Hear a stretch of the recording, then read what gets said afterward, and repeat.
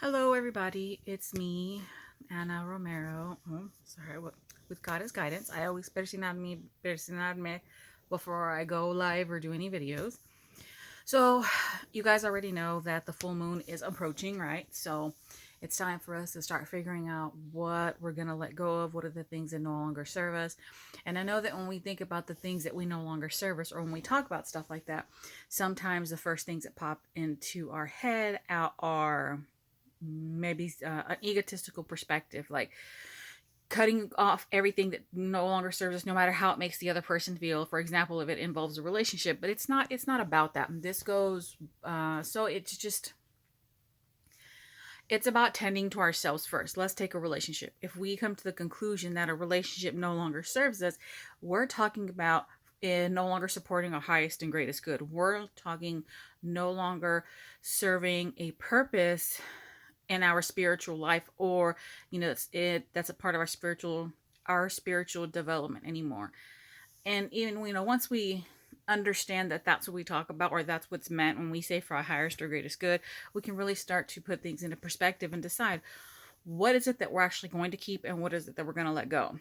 And even aside from persons or relationships, we also have to stop and reflect and take a good look at ourselves and ask ourselves, are we actually going to look, are we, when we're thinking about the things that no longer serve us or the cords that we're cutting, are we actually thinking about the things that we contribute, or that we contribute and we bring to our lives as well? For example, toxic behaviors, generational trauma, limiting belief systems, all of those things don't come from exterior. I mean, well, they do, but no one else is bringing any of those to our lives. This is something that we're contributing on our own.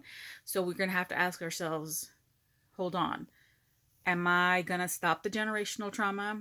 Is it time for me to start breaking those cycles? I mean, do I truly want to make a change in my life to give myself the opportunity to see what the issue is and why I choose those things, or why I can continue to partake in those types of behaviors? Or am I just going to kind of do the spiritual bypassing and love and light and moon rituals and whatnot, and not actually doing the shadow work of it to be able to make those changes and put the energy of La Luna to work, so that we can close out these chapters, so that we can put that death card to use and start killing that shit. Everything in life has its time and its place for us. And when the new moon comes around, this is our opportunity to do something about it. What are we going to do if we're in a place where we realize that our job no longer brings us the delight that it used to? Well, why is that? Is it because I'm growing, because I want more?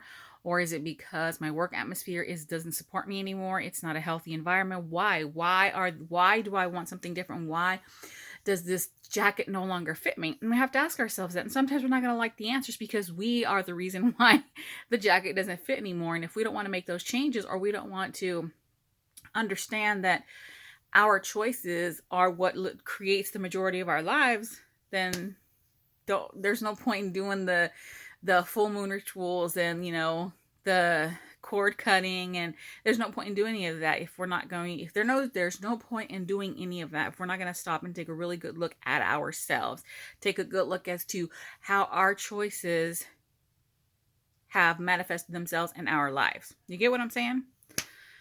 Anywho, I thought I would just jump on tonight and share a little something with you guys. I would love to hear from you all. Tell me what you guys have going on for this full moon. What kind of things are you guys wrestling with? What's on your mind?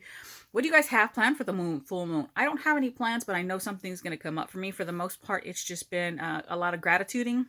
Does that make sense? A lot of writing down the things that I'm grateful for. I did my best to be consistent with it in September. I got behind a couple of days and eventually caught up, but I do gratitude journaling almost every single day. And when I don't, I feel like something's missing. And it's not so much like, oh, I have to be grateful, because I am all the time. But something about putting, thought to pen to paper makes a difference. I think that's why people push journaling so much, or they suggest it so much, is because there's some magic in the thought to pen to paper that just really does something. You know what I'm saying? It's funny because I could see the camera bouncing, but I don't realize it. Anyway, sorry about the bouncingness, and I should have used my stand, but I didn't, because I didn't plan on coming on here and sharing this. But if you take anything from this video tonight, take this. Full moon's coming. It's time for us to close some shit out. Time to cut cords. It's time to release things, the whole nine. But remember, how about we start doing that from the inside out? How about let's stop looking at people, relationships, and jobs and start going from the inside? Like, okay, what's different about me? How come this jacket doesn't fit? Let's start there to figure out what we can change or close or cut or release on our behalf first, as you know, I'm saying, from the inside out, basically. All right, I want to hear it. Talk to me, you guys. I want to know. Talk to me about the full moon. Tell me what you guys have going on. Again, what you guys are wrestling with. What are your thoughts? What are your plans? Talk to me. I want to hear it all. All right, that's all I got for you guys. So good night.